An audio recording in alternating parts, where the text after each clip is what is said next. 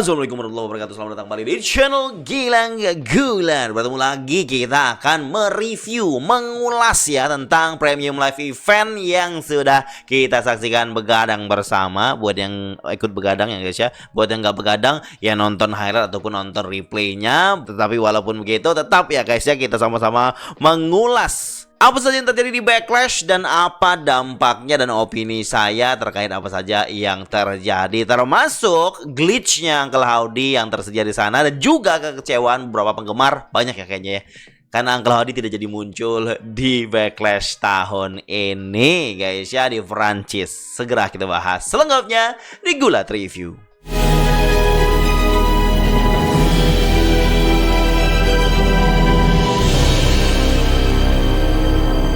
Sebelum saya mulai membahas matchnya ya guys ya, kita bahas crowdnya deh. Kita tahu Backlash ini pertama kali diselenggarakan internasional itu tahun kemarin di Puerto Rico. Dan semua orang sangat senang, sangat-sangat heboh, sangat-sangat seru menontonnya. Bukan cuma yang ada di arena, tapi juga yang nonton dari layar guys ya. Kerasa banget serunya, hebohnya, crowdnya super pokoknya, super loud.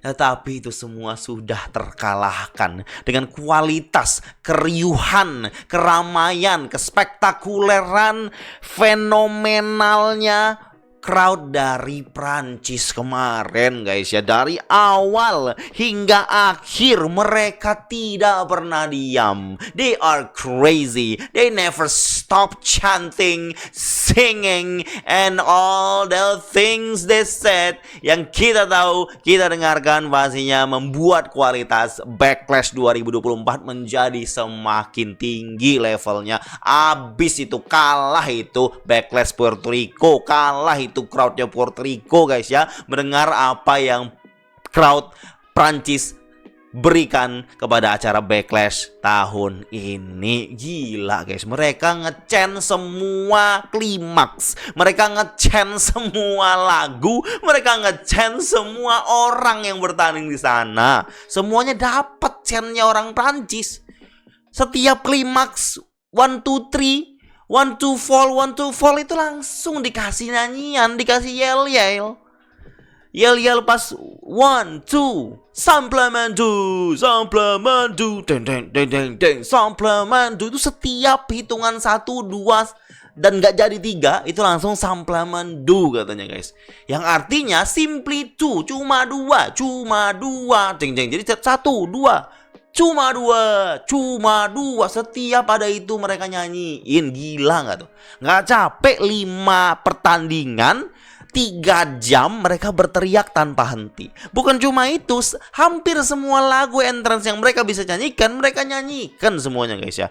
Lagunya Randy Orton dinyanyikan, lagunya Cody jelas dia nyanyikan sampai selesai. Dan itu membuat pegulatnya pun bangga, pegulatnya pun jadi happy, senang. Crowd reaction setebal ini, sebesar ini, kayak sejarah baru yang ditunjukkan oleh Prancis di sini guys.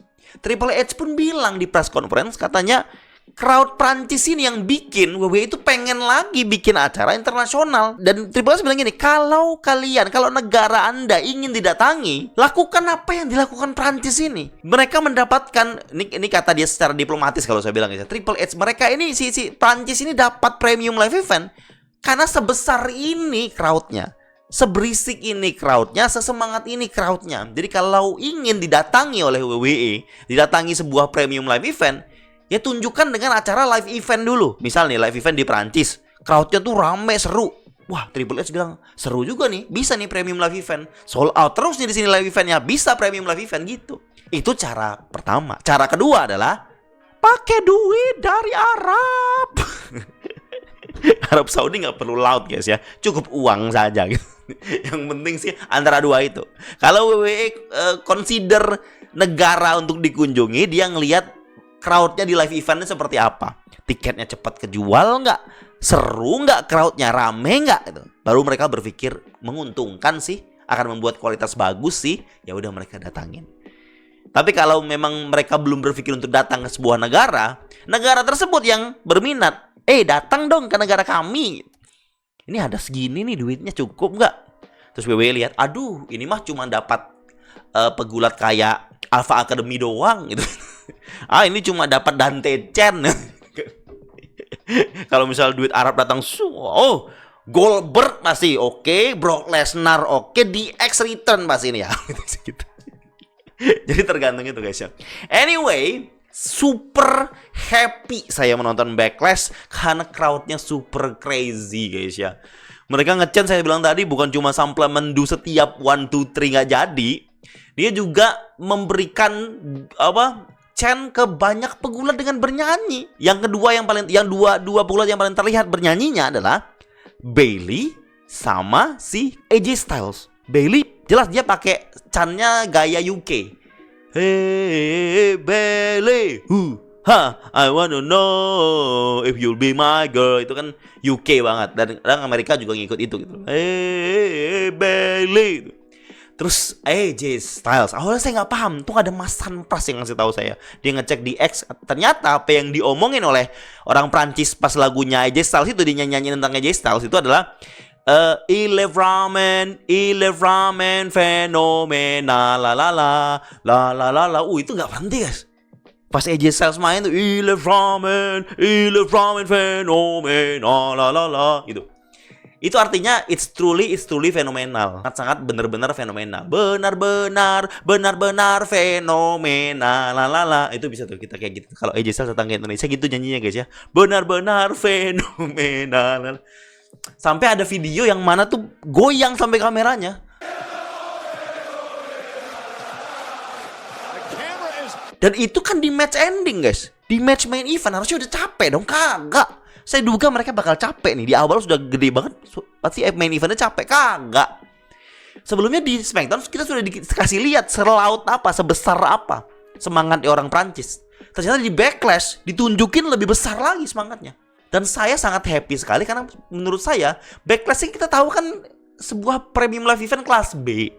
Ya ibaratnya yang menyelamatkan acara ini, mungkin orang berpikir gitu ya, yang menyelamatkan acara Backlash ini menjadi spektakuler adalah crowdnya. Tetapi yang kita lihat di 2024 ini sama 2023, crowd itu memang sangat suportif yang membuat kualitasnya oke. Tapi match yang disajikan juga gak kalah keren guys. Matchnya. Anyway, kita ngomongin matchnya ya. Match pertama kita langsung dikasih match tag team storyline, yaitu antara Kevin Owens dan Randy Orton melawan The Bloodline version of Solo Sikoa dan Tama Tonga. Ini debutnya Tama Tonga. Prediksi saya sudah jelas benar ya. Semua prediksi saya benar guys ya, karena memang cukup predictable. Tapi memang yang kita harus nikmati bukan kita benar apa enggak nebaknya, tapi gimana serunya match ini guys.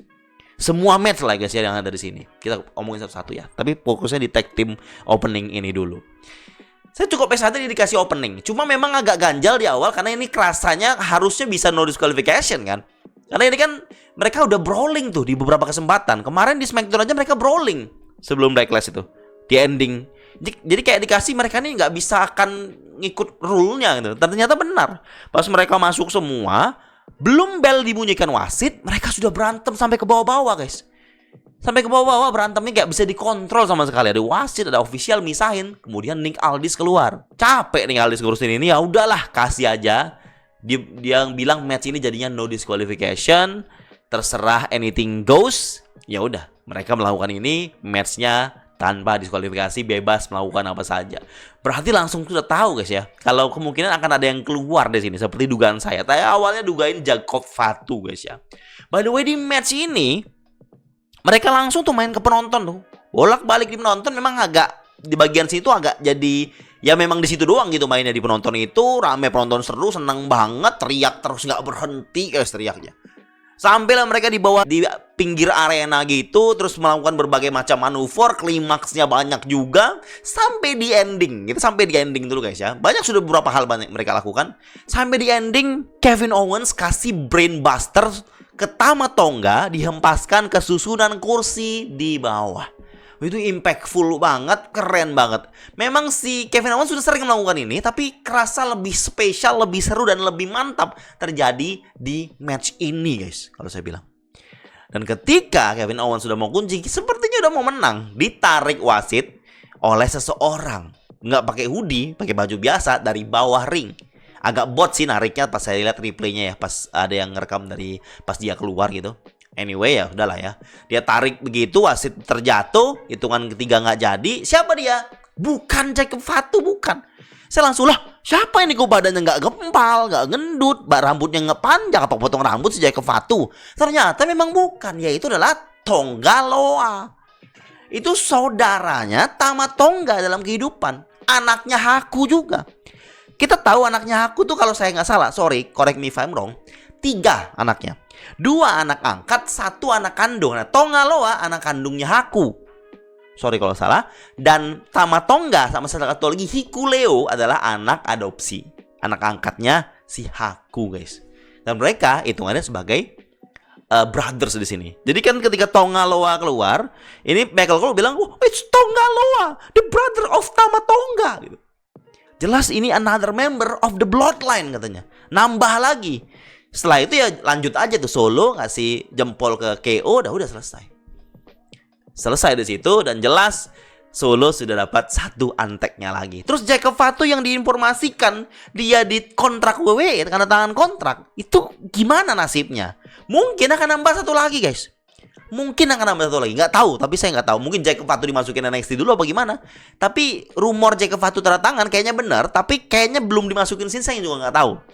Karena saya berpikir ketika Jacob Fatu harusnya masuk ke dalam cerita ini, nambah powerhouse tuh Solo tuh. Tapi yang masuk malah Tonggaloa. Powerhouse-nya berarti masih senternya di Solo gitu loh. Yang 2 ini jadi antek aja gitu loh. Dan mereka ini punya background tuh pengalaman sebelumnya ya, si Tonggaloa Tama Tonga. Buat teman-teman yang ngikutin New Japan, mereka ini gabung dalam GOD, Guerrilla of Destiny. Dan saya sudah pernah bahas ini di video saya Gilang Wrestling tentang Bullet Club. Sejarahnya Bullet Club, ada sedikit saya bahas Guerrilla of Destiny ini, di mana Tama Tonga sempat disibukkan dengan hal ini selain dia ada di Bullet Club saat itu. Bisa ditonton lagi guys ya, video tentang awal mula debutnya atau ceritanya dari Bullet Club di New Japan. Anyway, Guerrilla of Destiny bergabung dengan Solo dan ini jadi Bloodline 2.0 jelas. Kita lihat bagaimana ekspresinya Paul Heyman ketika tahu ada orang ini. Paul Heyman nggak tahu menahu tentang ini guys. Dia mah gini-gini doang dia. Takut, dia nggak tahu. Sangat jelas diperlihatkan kalau Paul Heyman tidak tahu menahu soal kedatangan Tonggaloa. Sama seperti Paul Heyman nggak tahu kedatangannya Tama Tonga. Dan ini sangat membuat orang excited menunggu baliknya Roman. Karena Roman pasti balik as a babyface. Di belakang sempat si Jey Uso ketemu sama si 3 orang bloodline baru ini. Lewat doang Solo. Ada 2 anteknya di sini. Banyak yang bilang akan sangat menarik ketika nanti Roman kembali, Jimmy sudah sehat, Jey Uso bantu. Roman J. Jimmy, the OG of the Bloodline versus Bloodline New Version 3 lawan 3. Gila ini guys, match SummerSlam mantep banget. Tapi ada yang gak setuju, saya pun gak setuju. Kenapa? Jay butuh lama lagi nih untuk single pushnya. Dia belum accomplish banyak gitu loh. Jey Uso sebagai single wrestler, jangan dimasukkan lagi ke Jey Uso, masukin lagi ke Uso, ke Bloodline gitu. Tapi it's okay. Bisa juga it's okay kalau dia balik ke Bloodline hanya untuk sesaat dalam perang Bloodline ini aja gitu loh. Ya, tidak dipermanenkan gitu loh, balik lagi Uso berdua gitu, enggak. Karena orang kan merasa potensinya Jay sebagai single wrestler kan sangat-sangat besar gitu. Dia bisa meng-carry mid-card division lah untuk beberapa saat. Mungkin dapat champion mid-card juga dalam satu waktu di karirnya gitu loh. Dia belum pernah dapat single champion dan dia kalah di Backlash tahun ini. But anyway, kita lihat aja perkembangannya guys ya. Apakah Jacob Fatu akan masuk nantinya atau cukup bertiga aja versi Bloodline dari versinya Solo Sikoa ini. Let's see. Untuk matchnya, wah keren banget. Saya ngerasa dari semua match, walaupun ada yang bilang matchnya AJ sama Cody keren ya, saya lebih seneng match yang pertama ini. Saya ngerasa ini juaranya, the best match of Backlash. Kalau teman-teman setuju silahkan komen di bawah. Kalau nggak setuju, mana match yang terbaik? Komen di bawah. Match berikutnya yang kita dapat di sini adalah matchnya Triple Threat. TV Time, Tiffany Stratton melawan Naomi dan juga Bayley, the WWE Women's Champion. Nggak kalah keren matchnya guys. Triple Threat fast pace, itu favorit saya banget ya, fast pace. Walaupun slow juga kadang kalau epic bagus-bagus aja. Fast pace, penonton nggak berhenti, mereka nggak berhenti bergerak juga. Klimaksnya lumayan banyak, Tiffany Stratton juga cukup oke menguasai. Dan saya bilang dari ketiga orang, Tiffany ini juaranya. Untuk apa skill yang disajikan ya guys ya. Tiffany ini kalau saya bilang. Nah memang Tiffany belum waktunya dapat champion, tapi the future is bright guys. Potensi Tiffany untuk jadi main eventer, pegang champion udah kelihatan. Tapi belum saatnya memang, saya setuju. Tapi ya udah kelihatan guys, aura-aura bintang, aura-aura Charlotte-nya udah kelihatan. Dia kuat kayak Bianca. Dia juga punya karisma, seksi, punya karakter. Kemampuan juga nggak kalah. Tapi butuh waktu. Makanya saya setuju banget ketika ada orang yang berpikir, kayaknya Tiffany Stratton itu calon Money in the Bank. Dia pegang Money in the Bank itu kayak Carmella pegang Money in the Bank. Memang terlihat aura bintangnya itu. Kalau saya lihat guys ya semoga si Ludwig nggak ngambilin dulu ya. Dan match diakhiri dengan roll up. Menurut saya nggak ada salahnya, banyak yang nggak suka sama roll up. Memang sih kalau saya reaction ya, saya nggak agak kecewa kalau match seru itu endingnya roll up tuh kayak agak kecewa karena kayak gantung gitu loh. Tapi setelah harus dipikir-pikir lagi guys ya, setelah kita pikir-pikir lagi itu akan kerasa, oh bener juga ya. Berarti mungkin Bayley atau Triple H ataupun WWE ini ngasih kesempatan lagi untuk bisa nantang lagi. Kalau menangnya roll up, bisa jadi ada alasan untuk rematch. Menangnya roll up, nggak siap gitu. Dan juga untuk yang kalah, untuk yang dipin tetap akan kuat. Karena saat ini WWE masih butuh main eventer di bagian Women's Divisionnya SmackDown. Naomi, Tiffany itu salah satu main eventer hitungannya. Karena Io udah pindah kan. Nia Jax juga main eventer tuh hitungannya di Women's Divisionnya di SmackDown. Sementara Bianca sama Jade Cargill fokusnya tag team champion. Jadi butuh itu. Jadi WWE nggak mau langsung kayak nggak mau langsung kayak membuat Naomi itu langsung downgrade turun gitu loh kekuatannya. Kalau saya bilang gitu. Karena Charlotte masih belum off kayaknya, masih belum on kayaknya, belum tahu juga kapan. Mungkin SummerSlam juga baru Charlotte siap, nggak tahu guys ya. Soalnya kan kalau Charlotte balik tuh udah langsung main eventer ya.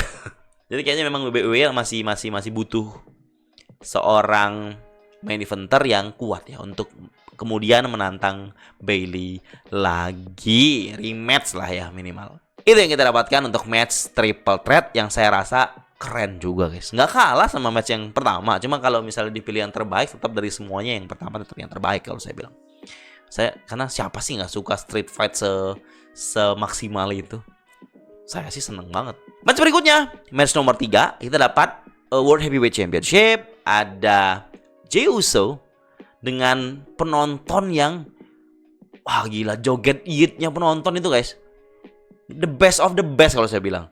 Lampu diredupkan, penonton itu nyalain fireflies, nyalain lampu flashnya, terus digoyang-goyangin tuh kerasa kayak wah ini the best yit dance, joget yit terbaik yang pernah disajikan WWE selama ini di premium live event.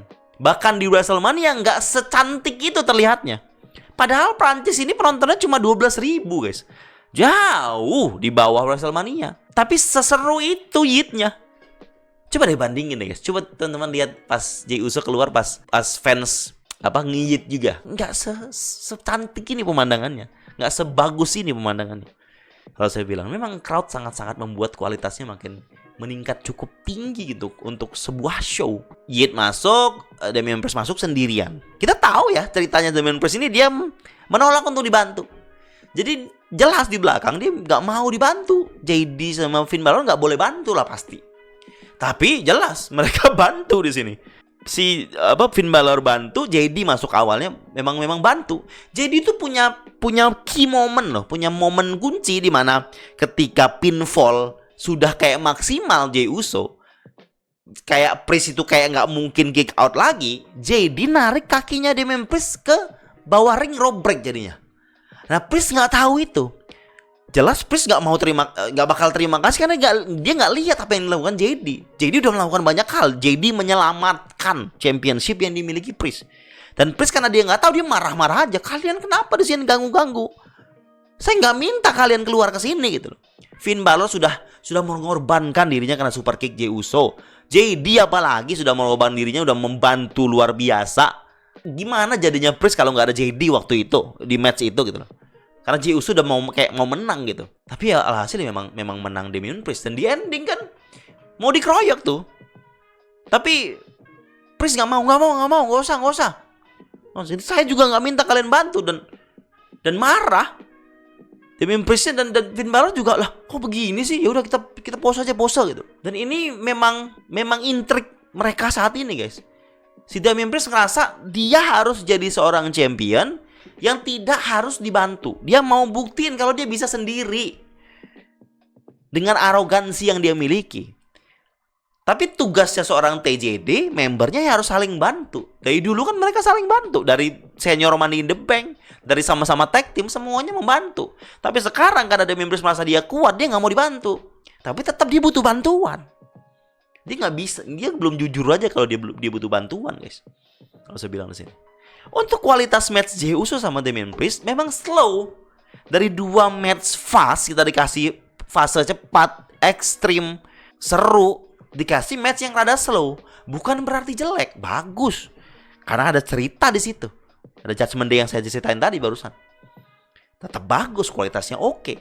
Tapi kalau saya suruh pilih guys ya, mana yang paling tidak seru, ya memang yang nomor ini, yang match ini kalau saya bilang.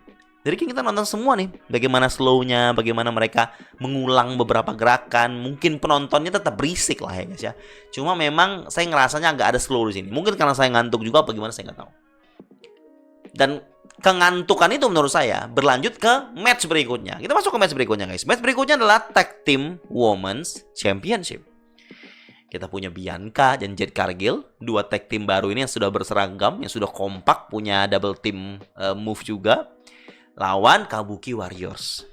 Berdua doang. Sama-sama Kabuki Warriors berdua. Jade Cargill dan Bianca ini nunjukin kekuatannya banget, tapi tetap kekompakannya Kabuki Warriors memang jauh lebih baik daripada Jade Cargill dan Bianca. Jade Cargill dan Bianca kan menunjukkan kekuatan mereka. Cuma ada beberapa part juga mereka kompak. Dan kalau saya bisa bandingin, yang menyelamatkan match ini kalau dibanding dengan match sebelumnya ini, yang World Heavyweight Champion adalah klimaks finishingnya. Jade Cargill banyak yang mereview guys, yang ngulas. Jade Cargill ini kayak menjawab semua keraguan. Banyak orang yang ragu dengan kemampuan dia, karena kita lihat bagaimana kualitasnya di Royal Rumble waktu itu. Terus sekarang dia nggak langsung single match, dia nggak langsung single push, dia tag team dulu. Berarti kan kayak dia belum siap jadi seorang single player, main eventer woman, belum siap. Dia dikasih ke Bianca dulu untuk adaptasi gitu. Tapi di match ini seolah-olah Jade Cargill tuh membuktikan, ini aku bisa. Aku masih atletis, agility-ku masih oke. Aku bisa mendeliver sebuah move yang mantap dengan apa yang dia lakukan di sini. Klimaksnya oke banget, guys. Coba teman-teman lihat deh di highlight yang ada di YouTube kalau ada. Klimaks yang dilakukan itu karena bantuan crowd juga. Terus Jaded juga yang dia endingkan itu, dan ke Kairi Sane. Bianca lanjut KO di Asuka, kunci, selesai. Mungkin ada yang berpikir bagusan yang World Heavyweight. Tapi kalau saya rasa ya, yang saya lihat kayaknya memang bagusan yang Women Tag Team ini. Dan mereka jadi New Women Tag Team Champion. Sesuai prediksi saya, karena memang Jade dan Bianca harus pegang title. Soalnya mereka ini ya kayak, gimana ya guys ya, kayak gampang gitu loh, pilihan gampang untuk ngasih title ke orang, ya ke Bianca. Sama kayak saya bilang waktu, untuk gampang milih ngasih title ke orang ya ke Becky. Jade Cargill itu memang butuh lebih banyak tampil. Dengan dia dikasih champion, dia tampil tiap minggu itu pasti. Dan ini naikin lagi kastanya Women's Tag Team Champion. Yang tadinya hanya dipegang orang low-low, ketika dipegang Kabuki Warriors meningkat, dipegang Jade dan Bianca makin meningkat tuh kualitasnya guys. Susah tuh mereka kalah pas itu. Gak gampang gitu ngalahin mereka tuh. Harus ada masalah dulu. Jade dan Bianca mungkin akan crash, barulah di situ mereka akan kehilangan title-nya. Tapi untuk kalau mereka sekompak ini, sekuat ini, siapa yang bisa ngalahin? Chelsea Piper Niven kagak mungkin. Natalia Tegan Nox kagak mungkin. Maxine Ivy Nile apalagi. Zoe Shayna, udah kelar itu semua. Indy Hartwell Candice apalagi. Yang bisa ngalahin Bianca, Jade Cargill ya Omos guys. Enggak. Yang jelas ya kalau saya bilang memang ada keuntungan lah menjadikan Bianca dan Jade ke champion. Selain naikin Jade Cargill juga, nambah push dia yang memang tidak bisa di-push single dulu biar adaptasi untuk push tag team dulu. Dan juga nge-push kualitas dan prestisiousnya tag team woman champion. That's it. And then kita langsung masuk ke main event kita. Untuk soal crowd saya sudah bahas di opening tadi guys ya. Soal apa yang disajikan ke AJ Styles, apa yang diterima Cody di sini. Dan memang match main event ini kita udah tahu pemenangnya siapa. Cody pasti retain. Itu suatu hal yang hakiki. Cody pasti retain. Tetapi as a pro wrestling fan, as a WWE fan, kita orang-orang ini yang nonton video ini yang nggak nonton highlight aja, yang pasti nonton full matchnya, tentunya berharap mereka menyajikan aksi koreografi, aksi pro wrestling yang menghibur. Dengan ada storyline, dengan nunjukin skill dan kemampuan apapun yang mereka miliki as an entertainer. Dan kita dapat itu di situ. Ada beberapa poin ya yang mungkin saya ingat guys ya. Si AJ Styles tuh ngejek Cody yang dulu jadi Stardust dengan begini pada saat promo di SmackDown. Dan Cody balas. Cody lakuin, Cody respon dengan Cody koprol terus begini di depan AJ. Jadi kayak AJ ngerasa apa yang dia dapatkan di sini, apa yang dia tanam sebelumnya, diejekan ke Cody malah jadinya. Semua gerakan klimaks mereka lakukan, tapi beberapa klimaks besar. Beberapa klimaks mantep banget guys. Dan Crossroads gak butuh 3 kali, cukup 1 kali aja, tapi maksimal. Yang jadi kunci kemenangannya adalah Cody Cutter dari atas, dari tali ke yang paling tinggi. Super Cody Cutter namanya. Itu kunci kemenangannya di situ. Setelah Super Cody Cutter maksimal, happy banget saya melihatnya, langsung dia kasih Crossroads, selesai. AJ Styles kalah di sini. Kualitas matchnya banyak yang bilang ini match terbaik di Backlash. Tapi saya bilang match pertama lebih spektakuler, lebih seru gitu. Bukan berarti match ini seru. Ini oke banget matchnya, mantep. Ini nunjukin banget kalau Cody ini ya champion kita. He deserves to be a champion dengan kualitas match yang dia sajikan. Dan dia nggak akan match setahun 3 kali doang, setahun 4 kali doang. Dia match hampir setiap pay-per-view nanti guys. Dia akan nyajikan itu. Bahkan di Raw mungkin dia match juga. Itu yang kita harus apresiasi dari Cody as a champion ini. Dia akan retain dalam waktu banyak. Dan orang akan merasa bosan dia retain terus. Kenapa kerasa bosan? Karena tidak biasa melihat orang champion utama retain tiap bulan. Karena nggak biasa kita. Karena biasanya kita lihat seorang champion retain 3 kali setahun, 4 kali setahun doang. Sisanya dia match nggak mempertaruhkan title-nya. Paham nggak maksud saya? Orang-orang yang ngerasa bosan itu orang-orang yang nggak biasa dengan champion yang fighting. Itu sih. Dan sekali lagi, kualitas match di Backlash kita tidak bisa bilang kalau ini terselamatkan. Kalau kita nggak bisa bilang kalau Backlash ini terselamatkan oleh crowd yang super loud. Nggak bisa. Karena match yang disajikan juga super mantap. Walaupun predictable. Buat kita yang sering nonton, it's really predictable. Gampang banget untuk memprediksinya. Ya, tapi kan sebuah show premium live event, sebuah show besar, show internasional, kan bukan tentang pro wrestling lah secara keseluruhan. Bukan tentang kita bisa nebak siapa yang menang untuk saat ini. Tapi bagaimana, cerita seperti apa yang WWE sajikan di dalam matchnya. Itulah mengapa Triple H ngasih match itu sedikit doang. Karena biar orang-orang lebih maksimal. Kerasa banget guys maksimalnya apa yang disajikan di sini. Selain banyak iklan-iklan, banyak jeda-jeda cerita apa segala macam guys. Tapi terasa banget kualitas yang disajikan dan storyline yang didapatkan di setiap match yang tersaji di premium live eventnya WWE, khususnya di Backlash Prancis. Sebelum tutup saya mau bahas dulu QR code. Karena kita kan kecewa ya nggak ada Uncle Howdy. Bukan kita sih, ya kecewa juga saya sih sebenarnya guys.